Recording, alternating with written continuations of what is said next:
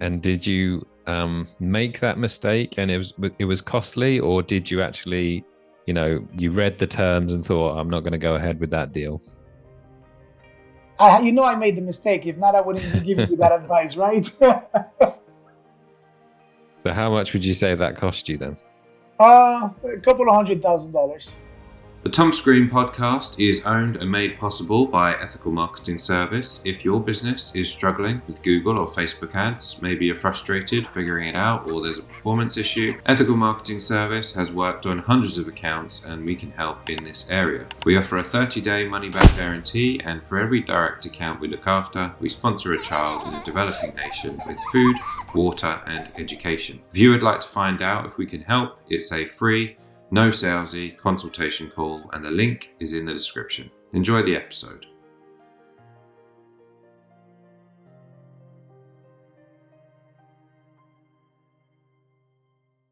Thomas Green here with Ethical Marketing Service. On the episode today, we have Edwin Carrion. Edwin, welcome.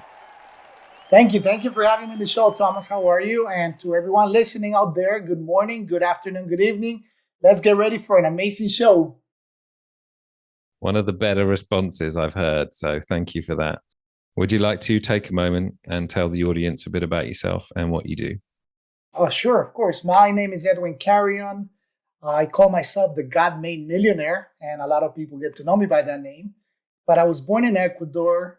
I came to the United States when I was 12 years old, raised by a single mother, and migrated to the United States.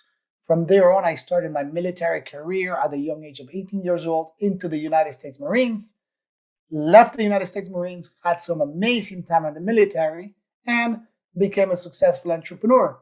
And today I'm here with you to share my experiences and be able to impact your life in one way or another. Great introduction. Thank you for that. I wanted to ask you something because I saw in the profile that you became an entrepreneur at the age of 14. Do you mind telling that story for a bit? Yes, of course. Like I mentioned a minute ago, I was raised by a single mother, so I did not want to be a burden to her. So I had to figure out how I can make money at a young age, especially my mother raised two kids on her own. And it just sounds like the Tupac song, right? Like the Tupac story, raising two kids on your own. But from there on, I realized like that I need to make money on my own to be able to buy the things that I wanted, but at the same time, not to be a burden on her. So at 14 years old, we lived in an apartment building, and I started looking at the doors around, and there was too many doors to count. And then I looked down at the parking lot because we used to live like on a maybe 7th or 8th floor, and there was a bunch of cars on the ground. So I'm like, wow, what can I do at 14 years old that is going to be easy for me and able to make money? So I looked at all the cars, and I'm like, okay, I could wash cars.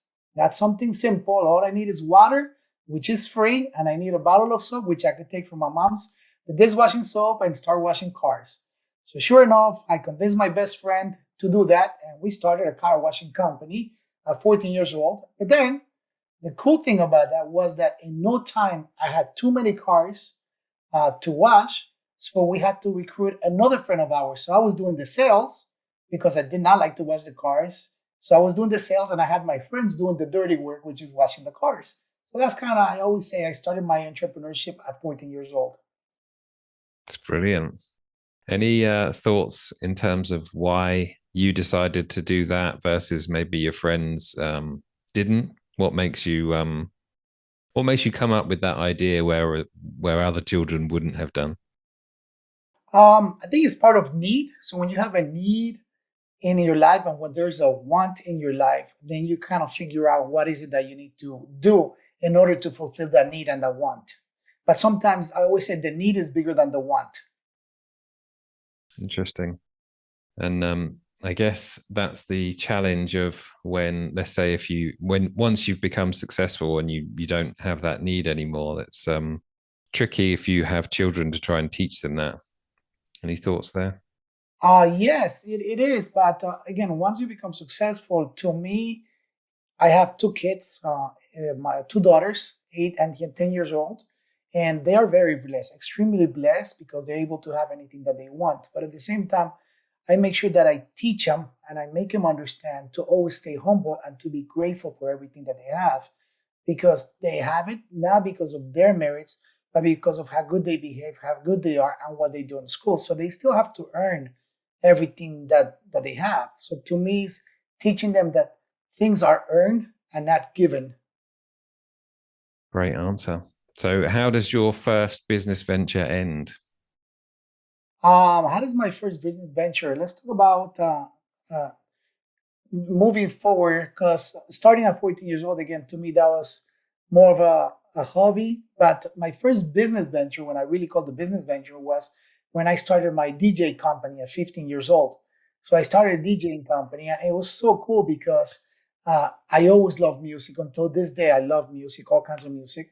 And my best friend comes to me, is like, hey, bro, I got us a party, I got us a gig. They're going to pay us like $500. I'm like, oh my God, $500 for 4 hours. So we're making $100 an hour. And this, I'm talking about almost 30 years ago, 28 years ago to be exact. So that was a lot for a 15-year-old kid. So I told my mom, I was like, Mom, I got a party. They're going to pay us. I need you to please be my investor and invest with me. I need to buy the equipment, the speakers, the music. I need to buy. So we spent like around $2,000 or $3,000 for this one party. But that was the beginning of the DJ business. It was an amazing experience. The first one that we had, it was all crazy. We got there an hour late. It took us like 45 minutes to set up the equipment. We had none of the music that the birthday girl requested because she liked rock and roll. We didn't like rock and roll at that time. So she had to give us all the music and we played it for her, but they had a great time at the end. We finished the night good. We got tipped and it was a great night. So from there on, fast forward a couple of years, I had 10 DJs working for me. I had a big entertainment company. I was working at radio stations. I was working at nightclubs. I grew my DJ business. And then that business ended because I gave that business away to a good friend of mine because I joined the Marine Corps. And that's when that business stopped at that moment. There's a lot in that answer, because for one thing, you started another business a year after. So my guess is you got the bug at that point. But the biggest thing for me that jumped out was the fact that you had 10 people working for you in that short space of time. And sometimes it can take years to get, a decade maybe to get that kind of growth for some people. So what would you say was responsible for that? Once again, my drive and the ability to make connections and understand how to delegate. And that's one of the biggest things that I always do is delegate. Learn to delegate, learn to figure out how for me not to work so I could have a lot of free time and figure out how I could capture a lot of the market and be really good at one thing and one specific niche and able to delegate and help people out. One of the things that I learned now that I'm older and I'm wiser is that the bigger each one of my company gets, the more families and the more people we're able to impact. Why? Because we're able to sustain more families. We're able to give more jobs to more people. So to me, that has been one of the biggest blessings of learning that I make my company bigger, not to make more money, but the companies have to grow in order to be able to give back a lot more to other people. The delegation thing is really interesting because I have heard it before. Do you think it's one of the main reasons why businesses don't scale, where owners hang on to work too much? 100%. 100%. That is one of them. And I see it every day with the people that I mentor and I consult with in businesses, is because they think no one else could do the job like they can. And they're right. Nobody else could do the job like you can. But they could at least come close to doing it the way that you do it. Mm.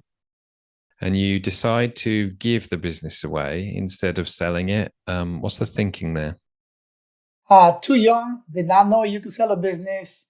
I had to leave to the Marine Corps within a couple of weeks. Didn't know what to do. Had a lot of parties booked for the rest of the year, and I just kind of handed off to a good friend of mine. Like, here's my book of business. Take care of it. Take care of my clients. Here you go.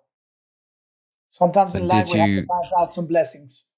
I think you did there, but I'm interested to know if you got any feedback about the business at any point in the future.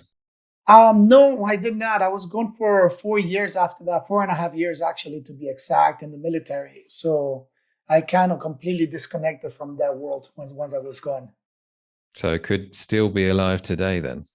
It could still be alive today. I don't think it could still be alive today because I know for a fact I wouldn't want to be doing that. Because even though it's a great business, but again, you're working every weekend, you're working nights, you're working holidays. You know, most of the parties happen on those times. So I don't think I'll be involved, especially now that I have a wife and kids in that business. Well, the next part of your story, you've referenced the military, and it is something that I find the topic fascinating. It's the idea of that kind of discipline, structured discipline in your life.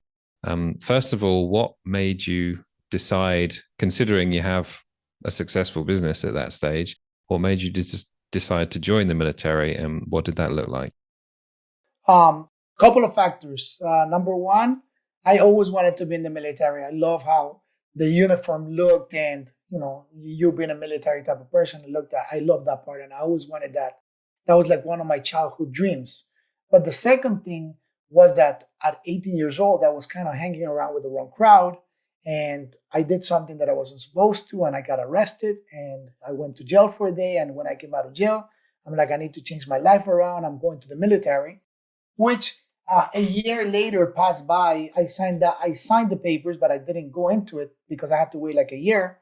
And within that year, I changed my whole life around. I was going to college to become an attorney. My business was growing. My DJ business was growing. And then a year later, the recruiter comes and it's like, you need to go to the military. It's time for you to go. I'm like, no, I'm not going to go. And then he kind of conned me into going into the military because once I was in it, I realized I didn't have to be there. And I got the option of coming back. But then I gave away my business. I quit school. I quit the other job that I had, and I was already committed to being there. So I'm like, I'm gonna make the best out of it. And sure enough, I made the best out of it. I had the most amazing experience that only maybe 1 or 2% of the Marines get to experience. And I was like, this is the like if you look at a triangle, right? I was like at the top of the peak of the triangle of the experiences that I had in the military compared to everyone else in the military. Why is that? Number one, I got to do amazing things. I got to travel the world. So I was stationed in Japan. I went to Korea. I went to Europe. I was stationed in Moscow, Russia. I got to guard the American embassies. I got a top secret clearance. I got to work with the FBI and train with the FBI, DEA, CIA. So not everyone in the military gets to do that, only very few. And I was fortunate enough and blessed enough to be able to do all those things in such a short period of time. Thank you for that. So, to the degree that you can share anything, is there any story that you could share that you felt was cool or noteworthy? A couple of cool stories. I mean, going on our way to Korea, we were doing an amphibious assault exercise, just like on the movie Saving Private Ryan, just like identical in the movie Saving Private Ryan.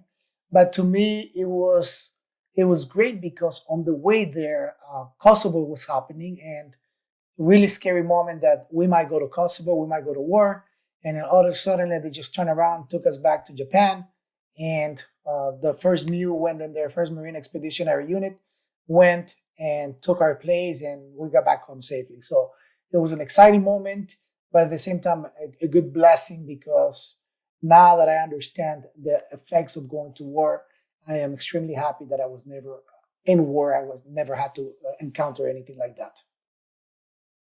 Thank you for that. In terms of your learnings from being a Marine, what would you say the key learnings are? One of the main key learnings that I always apply into my life today is my core values, and not that I learned them in the military, but that reinforced those core values into my life, which was honor, courage, and commitment. So honor, courage, and commitment. I always had those values instilled in me since I was a little kid. To always be an honorable person, to always be committed to the things that I do, and and to have courage. Not to be afraid of doing things, but just being in the military.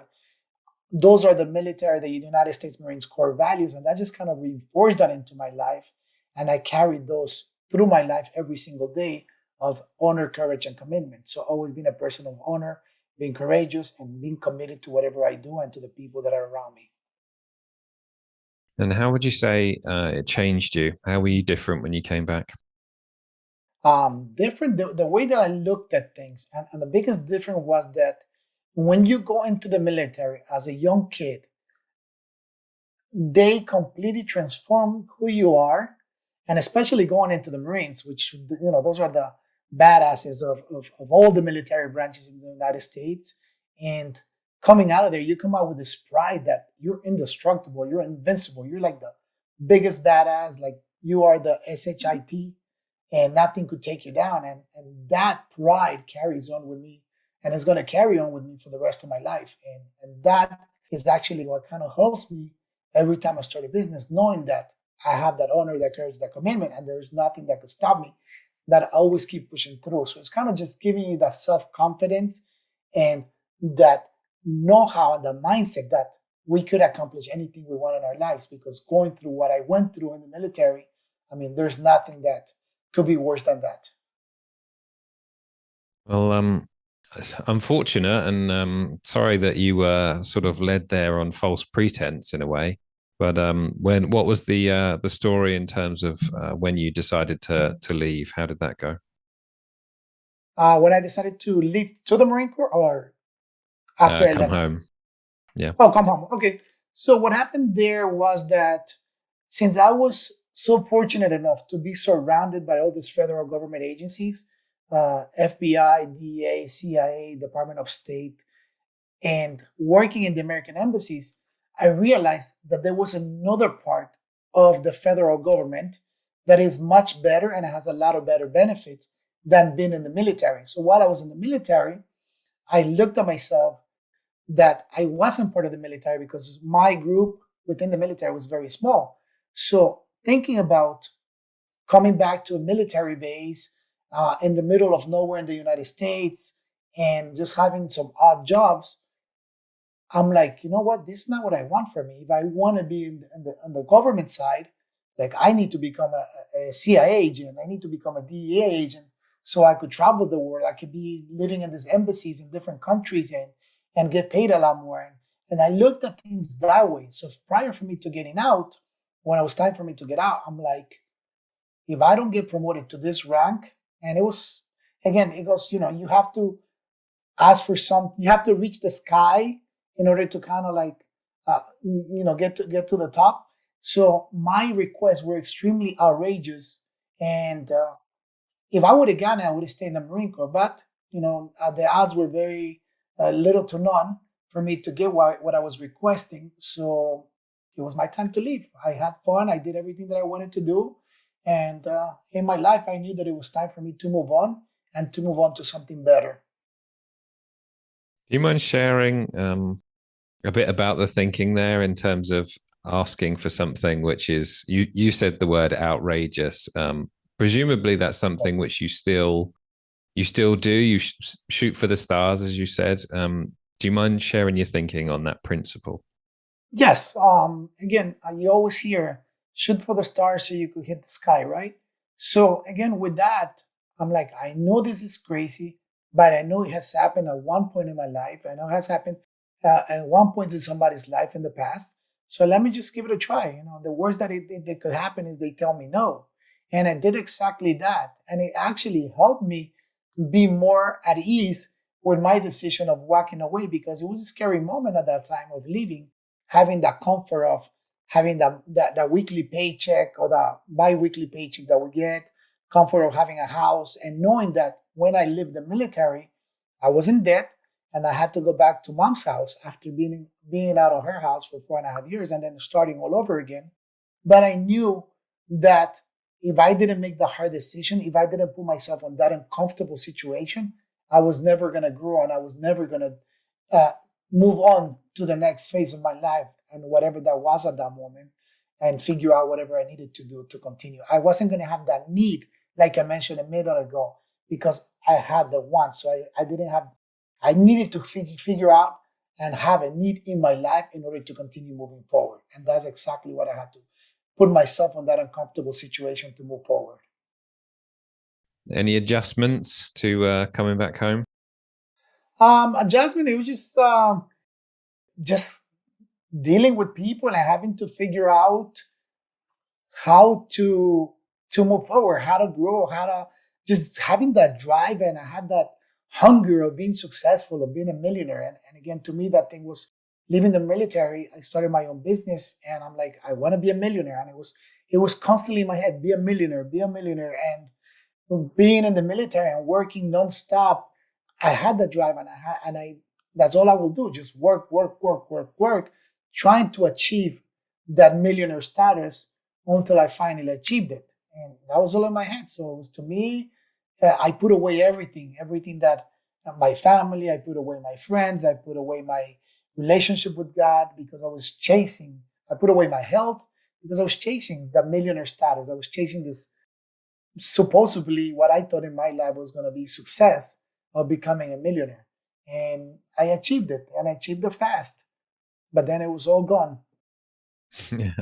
Well, yeah, I was going to ask what happens next for you, but you mentioned that you had that, should we say, the voice in your head or that drive. Did you know why you wanted to be a millionaire at the time? Growing up on a very humble home and say going to good schools and seeing people have things, I wanted to have those things. And again, my dreams, I had plenty of dreams as a little kid. I wanted to be a pilot. So I wanted to fly, and I know that was expensive. I wanted to have a Lamborghini. And, and one way I could have a Lamborghini was that I need to have money. And I wanted to have my own big house. And I had my dreams, and I wasn't going to give up on my dreams. And I think that was one of the biggest things, that I did not want to give up on my childhood dreams. I didn't want to give up on the dreams that I had. I wanted to help my mom out and retire her. So to me, like, all these things were in my mind that I need and I need and I need this and I want this and I want this, that I was working hard for that to achieve my childhood dreams. So what happens next for you?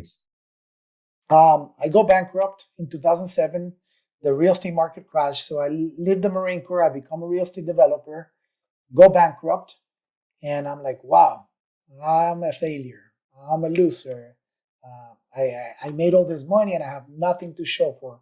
And that's when it was a very humbling moment in my life, realizing that all this time and all this effort that I put into this business to become a millionaire, and I used to call myself a self-made millionaire, I realized that I didn't achieve the success that I had on my own. I put away everything that I thought I wanted in my life and other people and my family, and I'm, like I mentioned a minute ago, to achieve this success. And I'm like, you know what? I have nothing to show for. I wasted 5 years of my life, and here I am again, back to zero, to square one. And after a little bit of being down, I started back up again. A good opportunity came out, and I started a gold buying business. But this time around, I said, I'm going to live the life that I deserve. I'm going to live my best life. I'm going to live a fulfilled life. And money is not an object to me. It was more achieving the lifestyle that I wanted. And sure enough, in no time, in less than 2 years, I had an amazing company making millions. I was working 5 hours a week and spending all my time on a boat every single day, pretty much, driving the Lamborghini, living on the house of my dreams, and just having that financial freedom and living that living life to the fullest, like I call it. And I always preach everyone, you need to live your life to the fullest. And the reason that part of that success came into my life was because my focus at that time, it wasn't money, it wasn't being a millionaire. It was having a fulfilled life, living my best life. I got my relationship with God again. I met my wife, the girl of my dreams, and God gave me two beautiful girls, which that's what I wanted in my life, to be a father and have two beautiful girls. So I got everything that I wanted in my life, and it just continued going uphill from there. Thank you for that. There is a lot there that I want to follow up on. The first being, what was the main lesson that you learned from the real estate company? Should we say failing? Yeah, the main lesson that I learned from that is that whenever you have a company, you need to have your company recession proof. You need to make sure your company is recession proof, because there's times and bad times are going to come in any business and in any market. Like right now, we're entering a recession. So if your business is not recession proof, you're going to feel it. You're going to feel it. So how do you recession proof a business? That's the key, right? How do you recession proof your business? Uh, it, One of the simplest way to have your business recession proof is think about what is it that you need to do if you were to lose 50% of your revenue overnight. Can your business sustain? Are you able to sustain your business for the next 6 months or 12 months? And if the answer is no, then you need to figure out what is it that you need to do today to be able to sustain your overhead and everything in your business if your revenue was to drop 50%. Are you going to be able to sustain your household for that? And that is one of the most important things that you need. How much debt do you have? Are you extremely over leveraged? Because to me, that was one of the biggest things in 2007, 2008. I was extremely over leveraged because I wanted to grow really fast. So are you over leveraged? And those are the things that you need to think about. Can I shut down my business for a year and still survive and then open it back up and continue having the same business that I have? So that's kind of how you recession proof your business. But at the same time, when a recession comes in, is your business going to survive through the recession? Do I need to offer different products so my business could continue creating the same revenue that it does? Great answer, and thank you for that. And I think if people actually listen to that advice going into what is essentially a tough time, I think it's very worthwhile, that in and of itself. You also mentioned your new company, the gold company, and Yes. you referenced in, I think you said 2 years, that it grew very quickly. And I was wondering what the reason for that was. How did you grow that company so quickly? The reason we grew that company so quickly because I know how to scale a company. I learned how to scale a company while I had my real estate development company. I took that company from negative $100,000 in debt to over $20 million in assets in just 5 years. So I knew exactly how to scale a company really fast. And I knew all the mistakes that I made, which is being extremely over leveraged. So this time around, I made sure that I wasn't over leveraged and I had a good foundation, some good roots on the ground before I scaled this company. And during the recession of 2008, this business made me millions. And again, it goes back into being recession proof. So making sure your business is recession proof. So when I got into this business, this was a business that it was a recession proof business, that this business thrives during a recession and survives during a good economic time. Why? And it was a good business because, again, one of the things that I started looking for business was how can I serve other people? And this time, during a recession, a lot of people were hurting. A lot of people needed money. So we were giving money away to people in exchange for unwanted and broken jewelry. So it was a win-win situation for everybody. But at the same time, all that broken jewelry and unwanted jewelry that I was buying from them, I was recycling that and helping the environment at the same time. And that's how we started. And we grew that company, created a franchise model, had 14 stores throughout the United States. And in 2014, I sold that business. So one of the biggest things that I learned there was that not only do you start a business, but you scale a business. And once you scale the business, you sell the business. And once you sell the business, you get one of the most amazing things that you can get, which is you buy yourself your time back.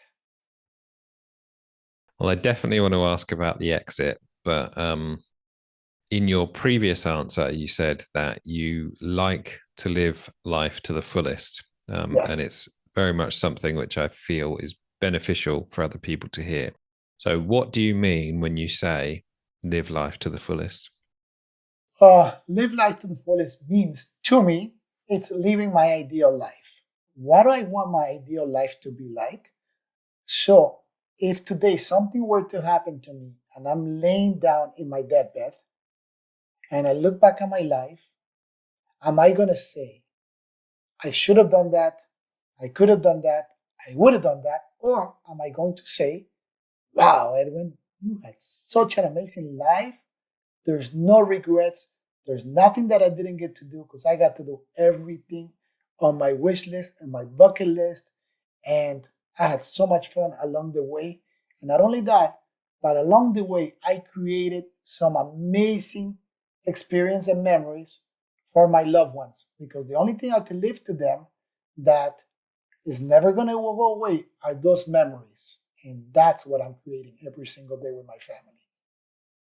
Did you do like a formal exercise of the deathbed exercise, or was it just something that was in your mind that you were thinking about? It was just something in my mind that came to me.